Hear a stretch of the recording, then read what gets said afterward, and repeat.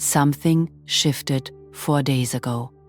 You may not have a word for it yet, but somewhere in the back of your chest, behind the ribs, something that had been holding its breath for months quietly exhaled.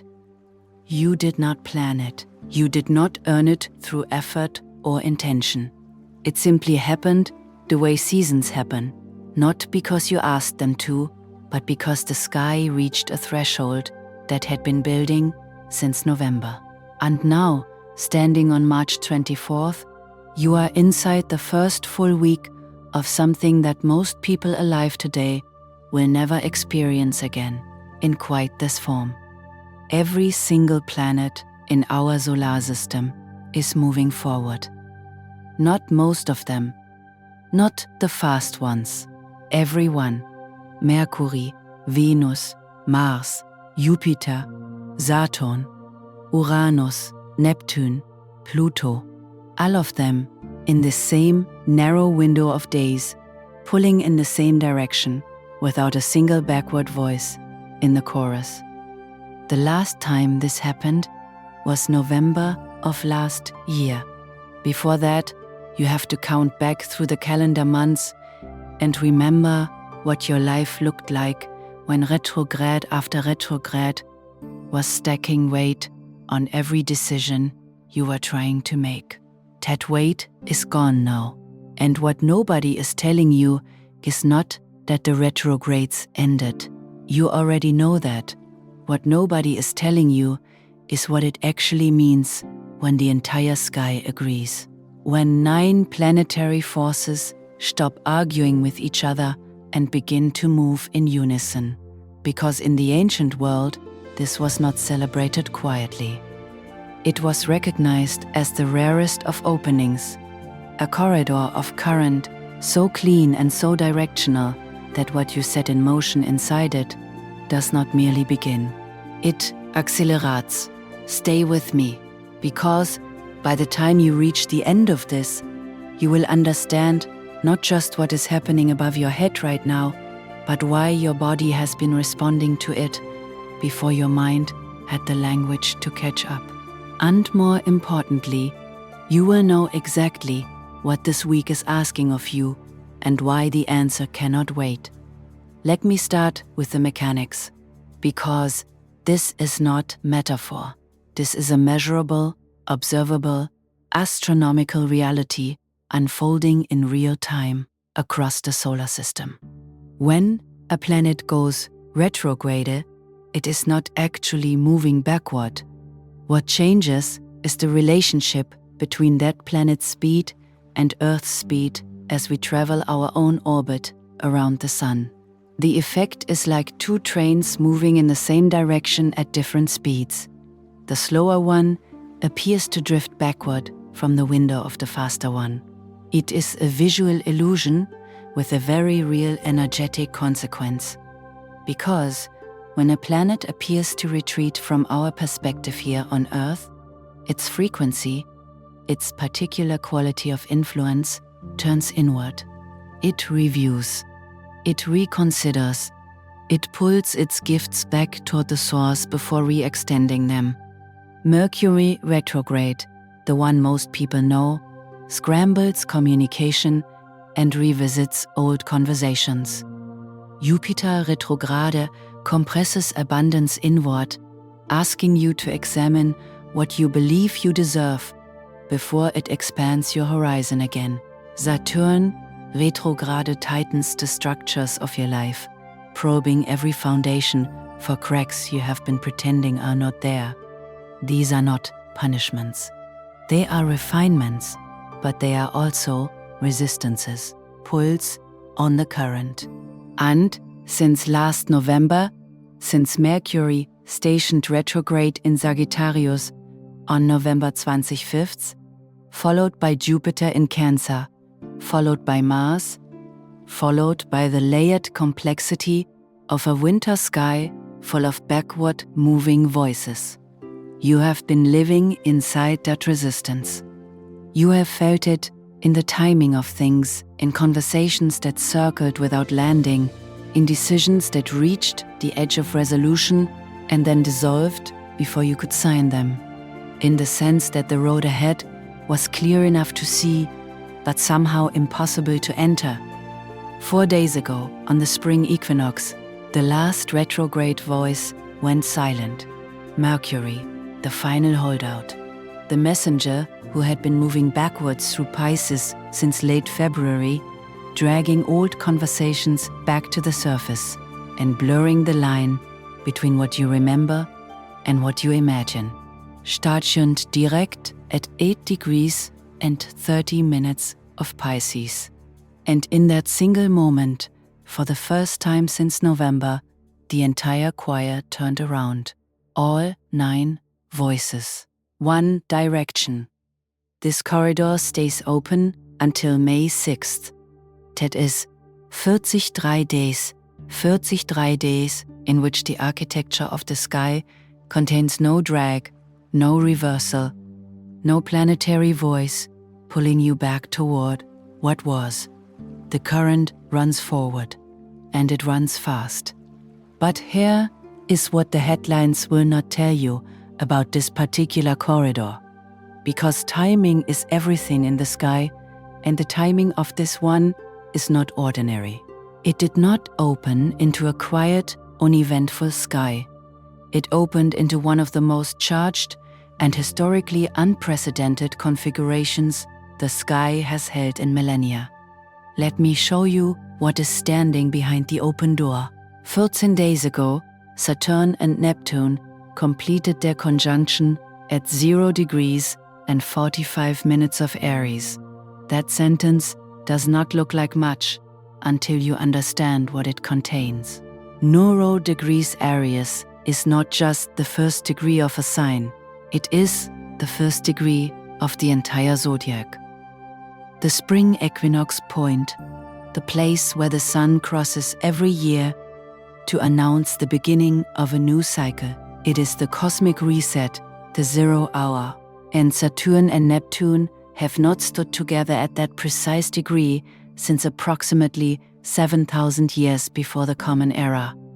To put that in a scale your body can feel, when these two planets last touched, at this point the Sahara Desert was green. Forests and lakes covered what is now the largest desert on Earth. Writing had not been invented. The wheel did not exist. The concept of a city was beyond human imagination. That is the depth of the cycle that just closed and just reopened. Saturn is Struktur. It is discipline, commitment, the bones of what you build. The planet that takes 29.5 years to complete one orbit, moving slowly because it does not deal in temporary things. Saturn is the part of you that knows how to hold a line, how to maintain a wall, how to survive. Neptune is vision. It is the dream that has no edges, the feeling you cannot name, the dissolving of every border you thought was solid. Neptune governs the places inside you where logic gives way to knowing, where the map runs out and something deeper takes over. When they meet at the first degree of the entire zodiac, they are not just combining their energies. They are issuing a question that reaches down to the foundation of how you have been living. Which of your structures were built on something real, and which ones were built on a story you told yourself because the truth felt too large to hold? That question was asked 2 weeks ago at the most powerful degree in the sky. And now, with Mercury direct, with all planets moving forward, you are standing in the first week where you have the full capacity to answer it, not to theorize about it, not to circle it in the journals, to answer it with your choices, your voice, your actual decisions made in the actual days ahead. There is more, because the sky surrounding this corridor is not merely charged, it is orchestrated. Jupiter, the largest planet in our solar system, is currently sitting at 15 degrees and 5 minutes of Cancer. That degree has a name in the 1,000-year-old tradition of Hellenistic and Arabic astrology. It is called the degree of exaltation, the place in the entire zodiac where Jupiter reaches its absolute highest expression, where its capacity for expansion, for meaning, for the kind of abundance that grows roots and lasts, is not just present, but sovereign. The medieval astrologers who inherited this knowledge from the Babylonians and the Persians called Jupiter, at this degree, the greater benefic on its throne, not visiting, not passing through, seated. Jupiter stationed direct here 14 days ago, after 4 months of retrograde silence. And what that means, what the ancient Mesopotamian priests understood when Marduk, their name for Jupiter, turned direct at its exaltation point, is that the compression that had been building inside the retrograde is not just released, it is distributed at maximum potency. Everything that fermented in the dark during those 4 months is now pressing outward at the degree where Jupiter's gifts are most pure, most real, most lasting. And Jupiter in Cancer is in a precise water trine with Mars, currently traveling through Pisces. Water speaks to water. The trine is the most harmonious aspect in astrology, not a clash, not a negotiation, but a flow so smooth it moves without resistance. What this means in plain language is that the energy of expansion and the energy of action are not competing this week. They are cooperating. When you move, you will find that things move with you, not because the universe is rewarding you, because the geometry supports forward motion in a way it has not supported it since the cold weeks of early winter.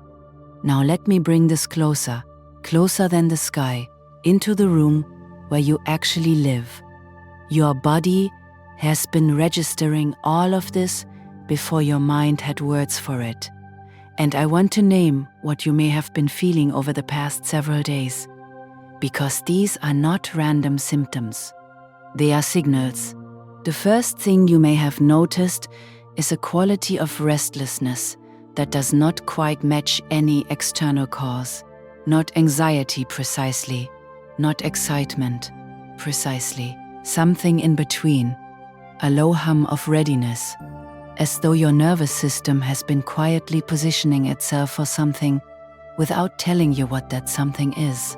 You may have found yourself pausing in the middle of ordinary tasks, hand on a doorknob or eyes on a window, with a distinct feeling that something is about to change. That feeling is not imagination. That is your body tracking a planetary shift with precision instruments your waking mind no longer knows how to read. Your nervous system did not forget. The second signal is in your sleep. Have you been waking earlier than usual, not in the exhausted, fragmented way, but with a sudden, complete alertness, as though someone called your name in a room that was otherwise silent? The body prepares for transitions the way animals prepare for a change in season. It does not need a calendar. It reads the field, and the field has been shifting. The third signal, and this is the one that may have unsettled you most, is the return of something you thought you had finished with.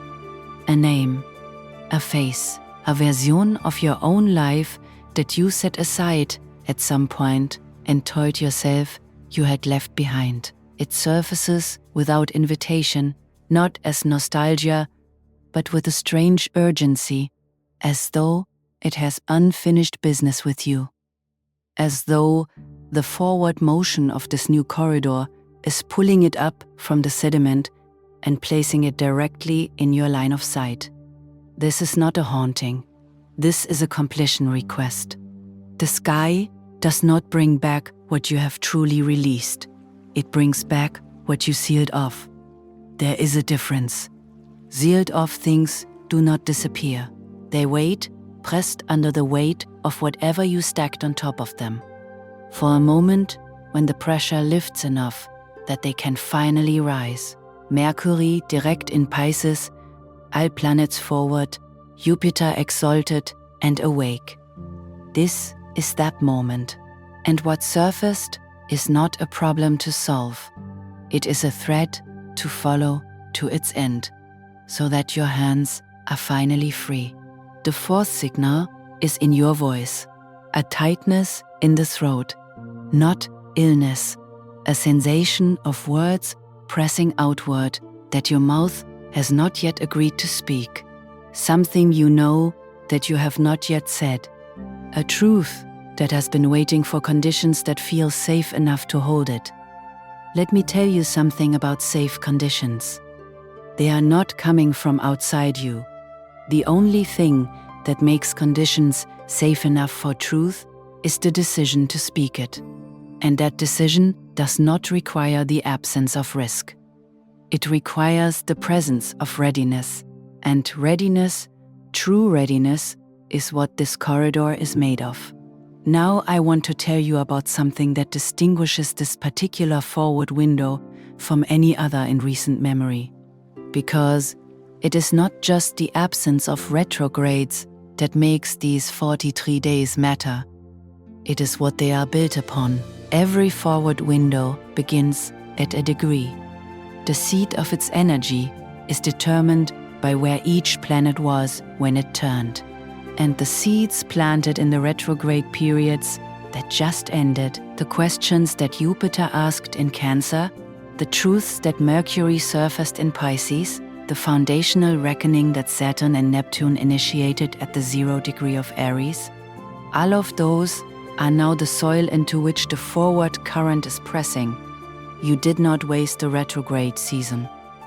Even if it felt like confusion, even if it felt like your plans dissolved as fast as you could form them, even if it felt, in the long dark weeks of winter, like nothing was moving and nothing was changing. The invisible labor was happening. The fermentation was doing its work. And what the ancients called ripeness, that particular condition of something that has developed in secret and is finally ready to emerge, is exactly the condition of this week. The question is not whether the fruit is ready. The fruit is ready. The question is whether you are willing to open the cellar door. In the ancient world, the Romans had a practice before a march. Before a single soldier crossed the city threshold into foreign territory, every member of the legion stood in the shadow of the temple of Mars and swore the sacramentum. This was not an oath to victory, not an ode to survival. It was an ode to the first step, to the act of moving forward without reversing it. The entire weight of what followed rested on that single declaration, made not on the battlefield, but before the march began, when the body was still safe, and the mind could still construct reasons to stay. This week is your sacramentum, not because the path is clear. Paths are never fully clear in the first days of a new direction. The spring equinox sun is just 4 days old in Aries. Mercury is still moving slowly, still finding its footing after 3 weeks of retrograde. The ground of this new year is still settling, but the direction is set, and the direction is forward.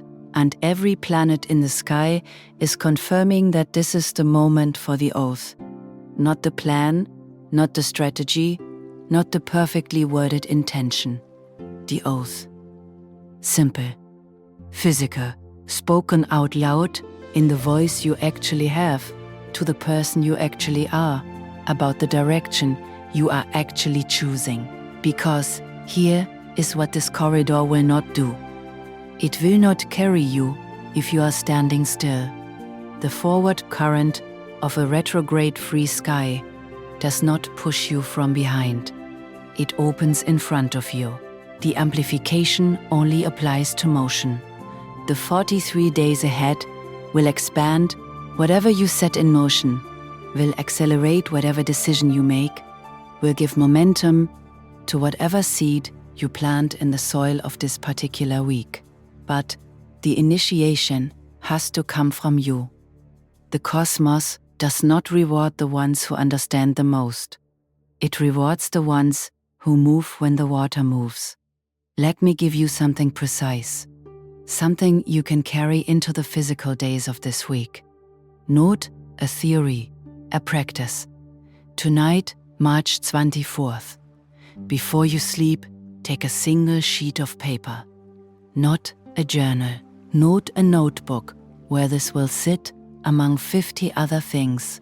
One loose sheet, something you can hold in both hands. At the top, write today's date. Then write this, forward.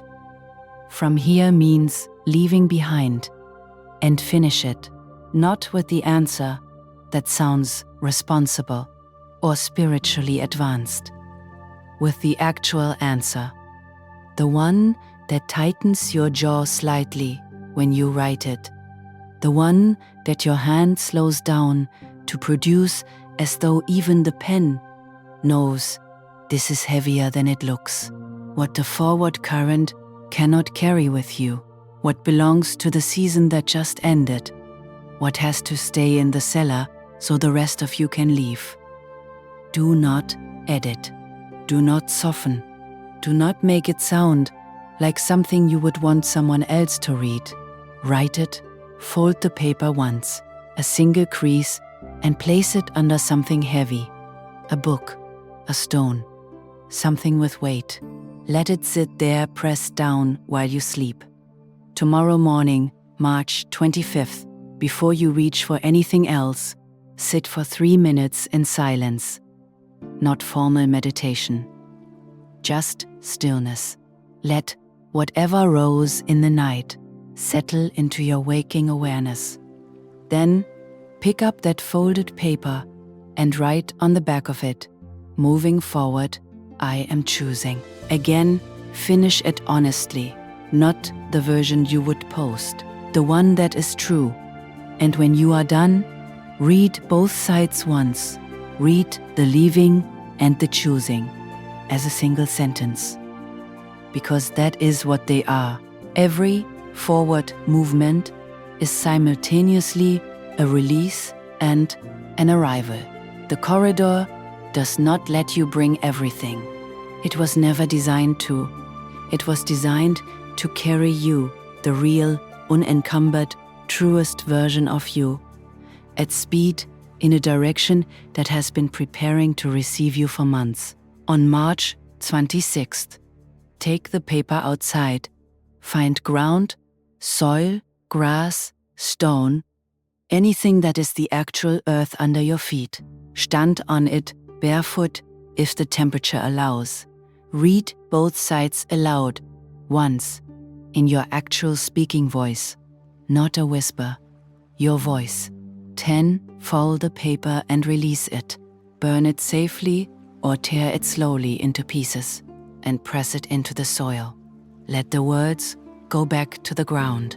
Note, because the truth on that paper is fragile.